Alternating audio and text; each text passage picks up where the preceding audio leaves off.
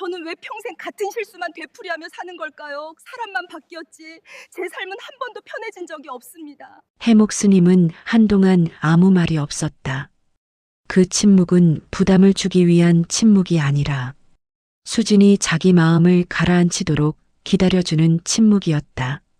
그녀 옆에 서 있는 해목 스님은 조용히 그녀를 바라보고 있었다. 말을 서두르지도 않았고 위로를 서둘러 건네지도 않았다. 수진 씨는 오래 버텨왔습니다. 하지만 살아내는 방식이 바뀌지 않으면 사람이 바뀌어도 길은 늘 비슷합니다. 그 말은 수진의 가슴 깊은 곳을 찔렀다. 그녀는 작은 숨을 내쉬며 고개를 들었다. 그 순간 스스로도 알았다. 이제 더 숨길 수 없다는 것을. 수진의 첫 결혼은 너무 어린 나이에 이루어졌다. 20살이 채 되지 않았을 때였다. 그녀를 챙겨줄 사람도 별로 없었고 의지할 곳도 없었다. 그저 누군가와 함께라면 외롭지 않을 거라 믿었던 시절이었다. 처음 결혼했을 때 남편은 군인이었다. 처음엔 듬직하게 느껴졌다. 하지만 결혼 생활이 시작되고 아이가 태어나고 일상이 반복되면서 그는 점점 예민해졌다. 작은 말 한마디가 화를 자극했고 수지는 점점 말을 줄여야 했다. 그러나 말이 줄어도 상황은 달라지지 않았다. 어느 날은 말대꾸를 했다는 이유로, 어느 날은 아무 이유 없이 남편의 손이 날아왔다. 벽에 머리가 부딪히고 바닥에 쓰러지는 순간 수지는 늘 같은 생각을 했다. 오늘은 운이 나빴던 것뿐이라고. 그리고 언젠가는 달라지겠지라고. 하지만 5년 동안 달라지는 것은 없었다. 그녀의 상처만 깊어졌고 아이 둘은 어른보다 먼저 세상 눈치를 배우게 됐다. 그땐 제가 잘못해서 맞는 줄 알았어요. 제가 어려서니까 그런 줄만 알았어요. 그녀는 그 말을 하면서도 스스로의 그 시절을 떠올리기조차 버거워 보였다. 그녀의 표정엔 후회와 안타까움이 동시에 묻어났다. 그러던 어느 날 수지는 도망치듯 그 집을 나오게 됐다. 더 이상 버티면 죽겠다는 생각이 들었고 그 생각이 그녀의 발을 옮기게 했다. 그때 수지는 인생이 새로 시작될 거라고 믿었다. 하지만 지친 마음은 또 다른 선택을 했다. 그 선택이 두 번째 남자 김태연이었다. 태연은 처음엔 조용했고 다정해 보였다. 그녀에게 상처를 주지 않는 사람이란 이유만으로 그는 괜찮은 사람처럼 보였다. 수지는 두 번째 결혼을 통해 이전보다 조금은 편안한 삶을 기대했다. 하지만 함께 살다 보니 태연의 문제는 또 다른 형태로 드러났다. 그의 문제는 술이었다. 퇴근하면 술집으로 향했고 늦은 밤 연락도 없었다. 가끔 전화가 오면 취한 목소리로 조금만 더 놀고 들어가겠다는 말뿐이었다. 그렇게 새벽 3시가 되어야 대문이 열렸다. 처음엔 이해하려 노력했지만 시간이 지날수록 이해는 포기가 되고 포기는 무기력함으로 변해갔다. 그러다 술집 여자와 바람이 났고 태연은 집을 나가버렸다. 아이들은 아직 어려 술을 먹지 않았을 때의 새아빠가 폭력적인 친부보다 더 좋았던 모양이다. 결국 아이들은 태연의 집에서 지내게 되었다. 수진은 두 집을 오가며 살았다. 수진이 지내는 친정집, 그리고 사랑하는 아이들이 있는 남편 집. 수진은 아이들을 위해서라도 새벽부터 나와 여러 허드렛 일을 하면서 저녁에는 잠깐씩 남편의 집 앞에 몰래 찾아가 아이들에게 용돈을 쥐어줬다. 그렇게 몇 년이 흘렀다. 어느 날 중학생이 된 두 아이가 늦은 저녁짐을 들고 친정으로 들어왔다. 얼굴은 잿빛이었고 눈에는 두려움이 가득했다. 그 순간 수지는 숨이 멎는 것 같았다. 자신이 떠난 집이 아이들에게도 상처를 주고 있었다. 아이들은 새엄마의 멸시와 술없이 살지 못하게 된 새아버지의 방관 속에서 각자가 생존해야 했었다. 그 어린 것들이 말도 하지 못한 채 3년 가까이를 참고 있었다는 사실에 수지는 무너졌다. 그녀의 마음은 다시 혼란 속에 빠졌다. 첫 번째, 남편으로부터 아이들을 데리고 뛰쳐나온 이후로 선택한 재혼과 반복되는 이혼 속에서 어미라고 믿고 따라주었던 아이들 모두에게 잘하고 싶었다. 하지만 아무리 발버둥쳐봐도 어미 노릇을 제대로 하지 못해왔다는 현실이 더 큰 고통이었다. 수지는 스님에게 물었다. 저는 어떻게 해야 하나요? 아이들을 위한 선택들이 오히려 아이들을 더 힘들게 하는 것 같아요. 해목 스님은 수진의 말을 조용히 들었다. 그의 표정엔 비난도, 불쾌함도, 책망도 없었다. 그저 오랫동안 사람들의 인생을 지켜본 이가 가진 묵직한 애정만 있었다. 수진 씨, 해목 스님이 입을 열었다. 선택이 틀렸다고 생각하십니까? 수지는 고개를 숙였다. 모르겠어요. 그냥 제가 무엇을 해도 아이들에게는 상처만 남는 것 같아요. 스님은 고개를 천천히 저었다. 선택이 틀린 게 아닙니다. 다만 선택을 할 때마다 수진 씨 자신은 빠져 있었던 것뿐입니다. 수지는 고개를 들었다. 그 말이 무슨 뜻인지 알 것도 같으면서 동시에 받아들이기 힘들었다. 수진 씨는 늘 누군가를 위해서 선택했습니다. 아이들을 위해서, 관계를 위해서. 하지만 정작 수진 씨 본인이 어떤 사람인지, 무엇을 원하는지, 어떻게 살고 싶은지는 한 번도 물어본 적이 없습니다. 그 말을 듣는 순간 수진의 눈가에 눈물이 맺혔다. 정말 그랬다. 그녀는 늘 누군가의 아내였고, 누군가의 엄마였고, 누군가를 돌보는 사람이었다. 하지만 수진이라는 사람은 어디에도 없었다. 스님은 말을 이었다. 사람은 자신을 모른 채 타인을 위한 선택만 하면 결국 그 선택은 불안에서 나옵니다. 외로움에서 나옵니다. 그리고 그런 선택은 결국 다시 상처로 돌아옵니다. 수지는 가슴이 무너지는 것 같았다. 그녀가 지금껏 해왔던 모든 선택이 그렇게 설명되는 것 같았다. 첫 번째 남편을 만난 것도 외롭고 의지할 곳 없던 그녀가 누군가에게 기대고 싶었기 때문이었다. 두 번째 남편을 선택한 것도 더 이상 혼자이고 싶지 않아서였다. 그녀는 자신을 위해 선택한 적이 없었다. 단 한 번도. 아이들이 힘들어하는 건 엄마가 불행해서가 아닙니다. 엄마가 자기 자신을 모르기 때문입니다. 아이들은 엄마가 행복하기를 바랍니다. 그런데 엄마가 자신을 잃은 채 누군가에게 의지하고 또 상처받고 또 무너지는 걸 보면 아이들도 불안해집니다. 그게 반복되는 걸 보면 아이들은 사랑이라는 게 고통과 참는 것이라고 배웁니다. 수지는 눈을 감았다. 아이들이 친정집으로 돌아온 날, 그 잿빛 얼굴과 두려움 가득한 눈빛이 다시 떠올랐다. 그리고 그 순간 그녀는 깨달았다. 아이들이 참았던 3년은 그녀가 참았던 시간과 똑같았다는 것을. 아이들은 엄마를 보고 배웠다. 말없이 견디는 것을, 참는 것을, 자신을 지우는 것을. 수지는 입술을 깨물었다.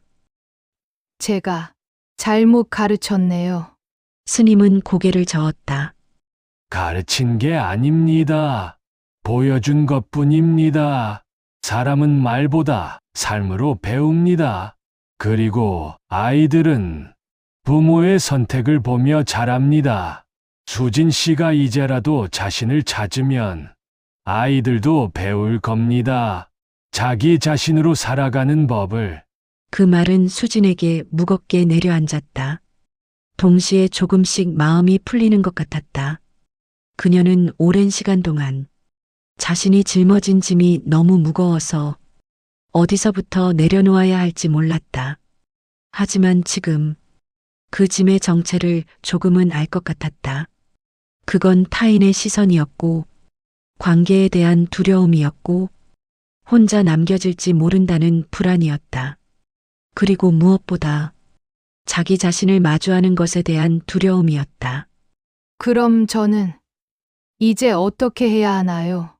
해목 스님은 잠시 침묵했다. 그리고 나지막이 말했다.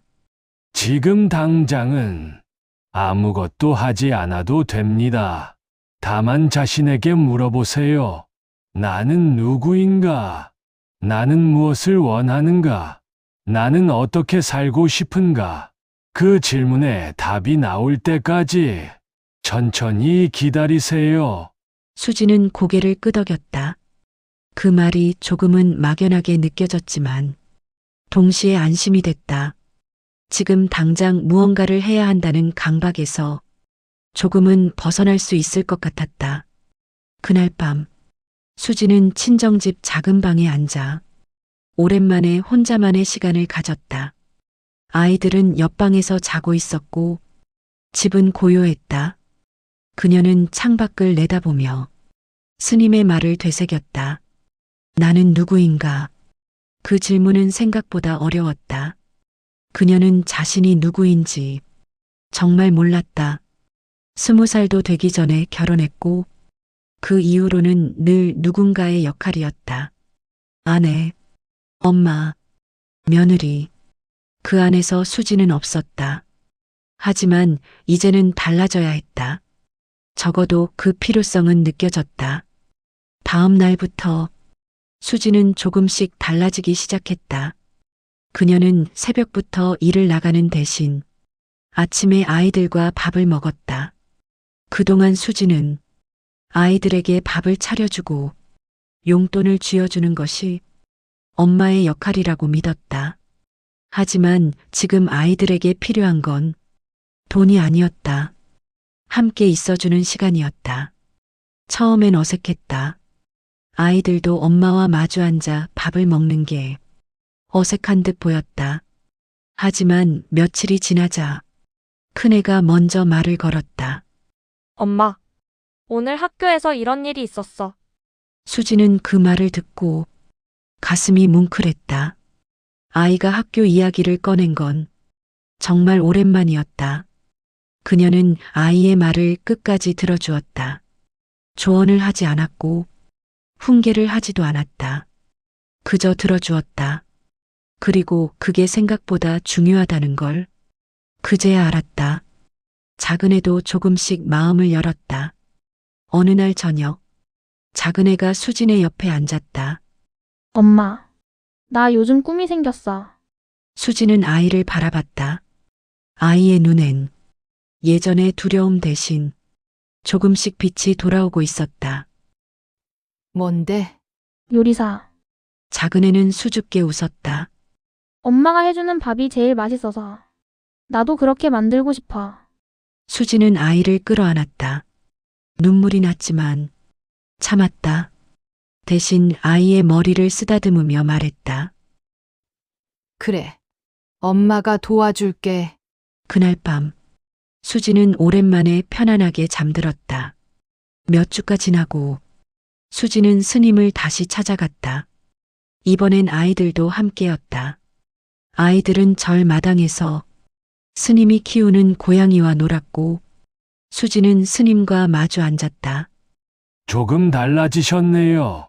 스님이 말했다. 수지는 웃었다. 아직 멀었어요. 그래도 조금은 나아진 것 같아요. 스님은 고개를 끄덕였다. 그럼 이제 자신에게 물어보셨습니까? 나는 누구인가? 수지는 잠시 생각했다. 그리고 천천히 입을 열었다. 저는 수진이에요. 그냥 수진. 누군가의 아내도 누군가의 엄마도 아닌 그냥 수진. 스님은 부드럽게 미소 지었다. 좋습니다. 그럼 이제 물어보세요. 수지는 무엇을 원하는가? 수지는 창밖을 바라봤다. 아이들이 웃으며 뛰어노는 모습이 보였다. 저는 아이들이 행복했으면 좋겠어요. 하지만 그러려면 제가 먼저 행복해야 한다는 걸 알았어요. 스님은 고개를 끄덕였다. 그럼 어떻게 살고 싶습니까? 수지는 잠시 망설였다. 그리고 나지막이 말했다. 저는 혼자 살고 싶어요. 그 말을 하는 순간 수지는 자신이 놀랐다. 그녀는 평생 누군가와 함께 있어야 한다고 믿었다. 혼자라는 건 외롭고 무섭고 불안한 것이라고 생각했다. 하지만 지금은 달랐다. 혼자라는 게 자유롭고 편안하고 온전히 자기 자신일 수 있는 시간이라는 걸 이제는 알았다. 스님은 말했다. 좋은 선택입니다. 하지만 기억하세요. 혼자 산다는 건 고립이 아닙니다. 자기 자신과 함께 있는 겁니다. 그리고 그 시간이 충분해지면 누군가와 함께 있을 때도 자신을 잃지 않을 수 있습니다. 수지는 고개를 끄덕였다. 그 말이 와닿았다. 이제 그녀는 관계를 두려워하지 않았다. 다만 자신을 잃는 관계는 더 이상 맺지 않으리라 다짐했다. 그로부터 몇 달이 지났다. 수지는 작은 원룸을 얻어 아이들과 함께 살기 시작했다. 공간은 좁았지만 마음은 넓었다. 아이들은 학교에 다녔고 수지는 낮 동안 일을 했다. 저녁에는 함께 밥을 먹고 이런저런 이야기를 나눴다. 때로는 다투기도 했다.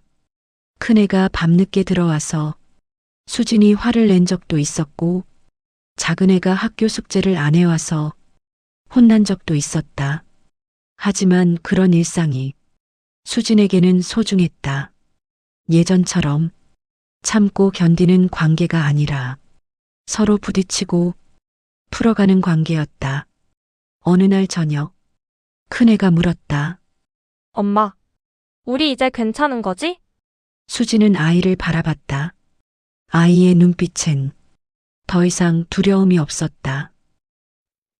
응, 우리 이제 괜찮아. 큰애는 웃었다.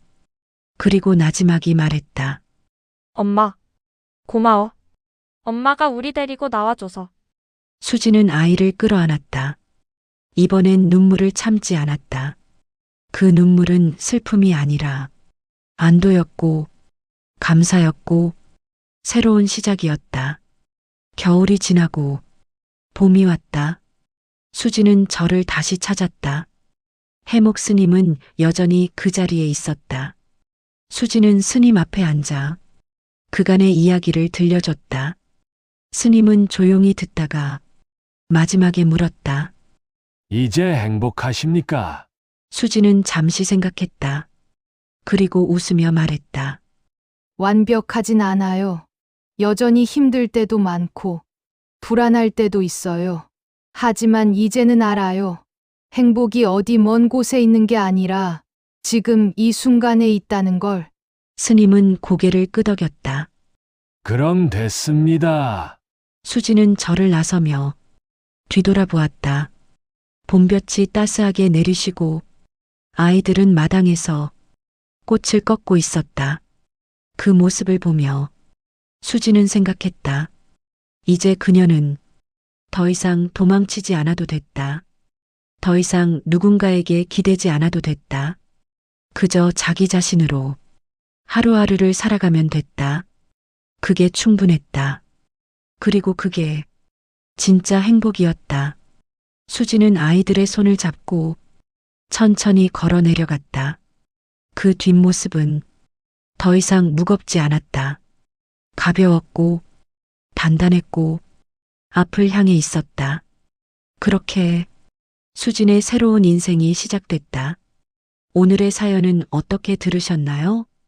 수진 씨의 이야기는 결국 한 가지를 보여줍니다. 사람은 때로 무너지고 돌아서야 비로소 자기 얼굴을 찾는다는 것. 아이들은 완벽한 엄마를 바라지 않습니다. 그저 자기 자신으로 서 있는 엄마를 원할 뿐입니다. 오늘의 이야기가 당신 마음에도 작은 숨을 불어넣었길 바랍니다. 혹시 지금 당신도 삶의 갈림길 앞에 서 있다면 잠시 멈춰서 스스로에게 물어보세요. 나는 누구인가? 나는 무엇을 원하는가? 그 질문이 당신을 더 나은 내일로 이끌어 줄 겁니다.